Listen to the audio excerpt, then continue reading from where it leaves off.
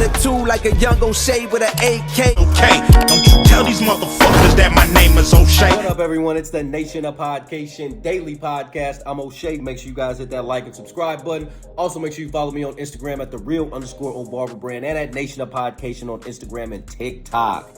Hip-hop legend, icon, podcast host from It Is What It Is podcast, Mase, goes off on Jim Jones. Now, as we all know, these two have a real estranged relationship going all the way back to the early Harlem days. They used to be boys. Mase put the whole entire Harlem world on. He put Cameron on, he put Jim Jones on. They all learned their style from Mase. He was the godfather, so to speak, of the Harlem hip hop, and they all kind of learned from Mase. He set the blueprint and got them started on their path to greatness. Now, for whatever reason, Jim Jones and Mase have this history, have this beef between them, pause. Nobody really knows exactly what's wrong because these two take shots at each other. They're subliminal.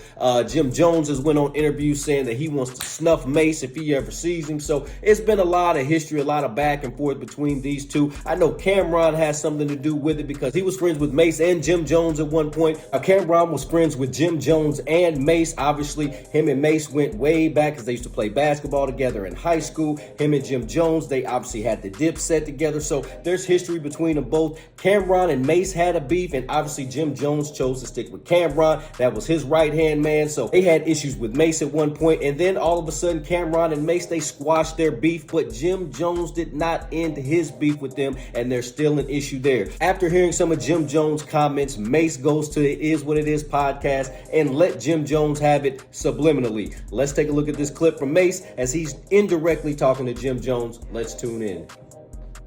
All for new and change, but I'm not for niggas riding the coattail of niggas and then getting to a place and trying to stun on the niggas you was riding the whole time. I don't like that. It is like when I first started, not doing music, people would come, oh, I love you, this and that. You see the nigga in a year from now, he think he better than you. Nigga, I was just telling you everything to do. Now you better than me. Get out of here. All right, so as you all know, like I said, Mase helped Cameron, who also helped Jim Jones get on. Mase spearheaded the movement. He opened the door for Harlem World, and here they are. Now, Mase says he doesn't like that Jim Jones was one of the proteges. You was one of the little guys that was one of the proteges that was coming along, and now all of a sudden you done made some superstar status, and now you're better than me. Let's finish up listening to this clip from Murder Mase. I don't like niggas like that. And there's a bunch of rappers that do that. You the go, you da this. And then you see a nigga in 2 years, he get one hot record. And now the nigga think he can throw rocks at the heavens, nigga. Yeah. Heavens, nigga. That was killer. All right, so wow, strong words from Mase. He says you can't throw stones at the heavens when you's a peasant, my guy.